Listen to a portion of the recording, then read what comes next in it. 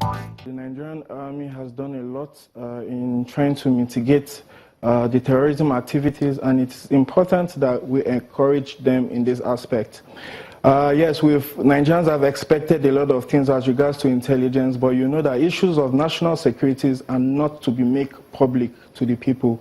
Hence, there might be some calculations going within them, but I am sure that, yes, with the recent videos that just came up, I know, yes, all hands will be on deck as regards to intelligence, surveillance, target acquisitions, and recognizance. With this and with the aid of geospatial intelligence, I am sure in no time we should be seeing results.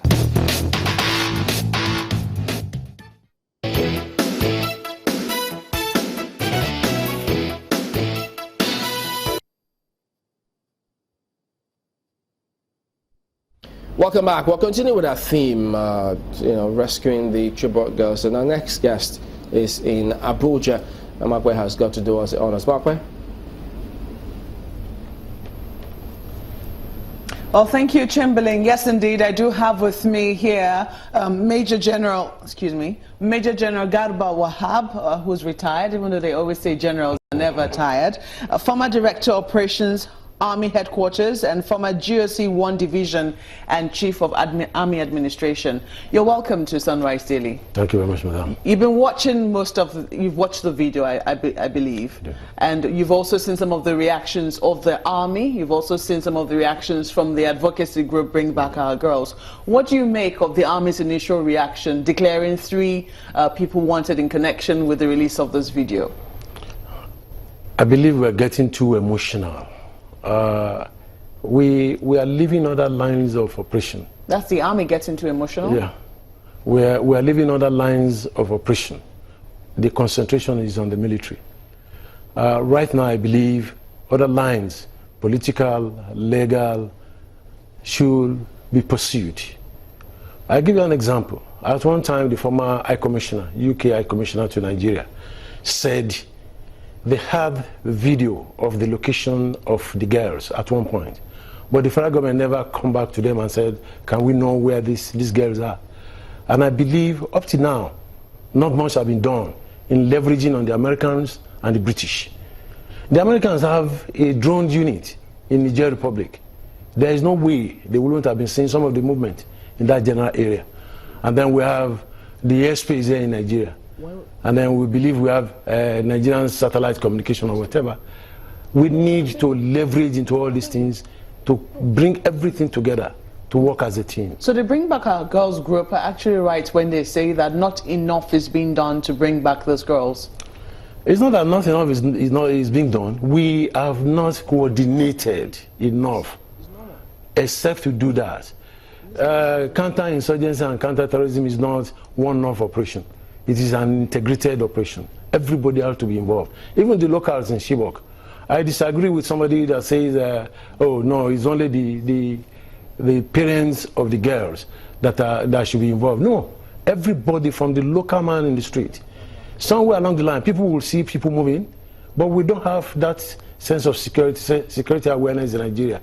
We don't believe we need to report anything that we see that is wrong. These are things we need to work on. The state government in Borno State, right from the beginning, we made mistakes. What was the figure that we're actually looking for? If we have a firm figure, then those who are responsible should have sat down and said, look, this is the figure. How do they move these guys? Can they move 200? Let's even say 200. You can't move 200 because by 5 or 6 Hilux vehicles, let us assume they are going to move them by Hilux vehicles. It has to be more than that. And that will leave a large footprint. It means the girls are moved to a place and holding area first before they disperse. So a lot of things have been done wrong. So we need to go back, retrace our steps, and identify those areas that we need to work on seriously. I don't believe we've lost so much, but we need to work as a team. That's my feel.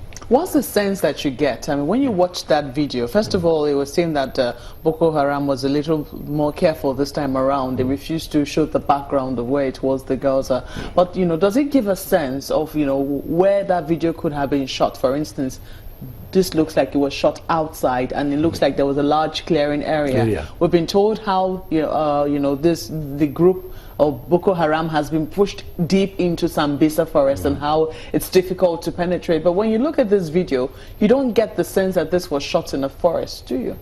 And you need to be also be very careful, because the video could have been shot a long time ago and somebody releasing it.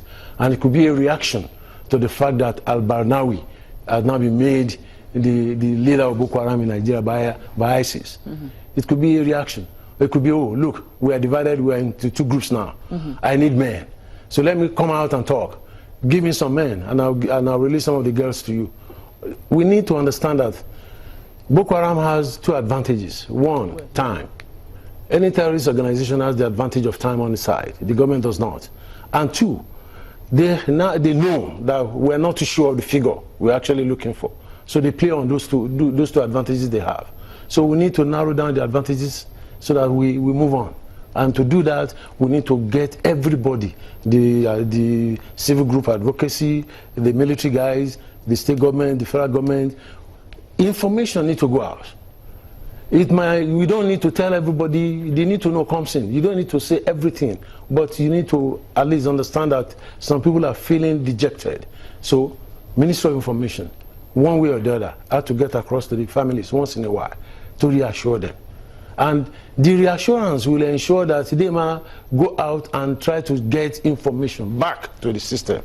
But when they feel dejected, when they feel they've been left on their own, the tendency is, even when they hear something, they pick somebody and tell the person might not feel obliged to release such information to the government. Chamberlain. Yeah, General Wahab, let me bring in this, because you're field operations person. You understand how some of these things work.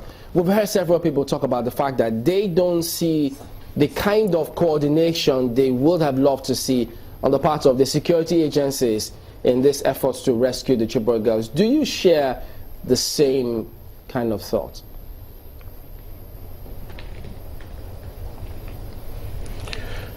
Yes, the coordination might not be there, but like I said, it is not only the security agencies that have so much to do.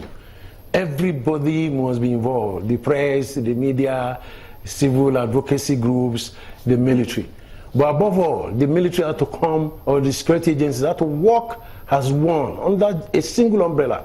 No information should be left unfollowed. Everything, all leads should be followed. And to do that, there must be a firm commitment by everybody.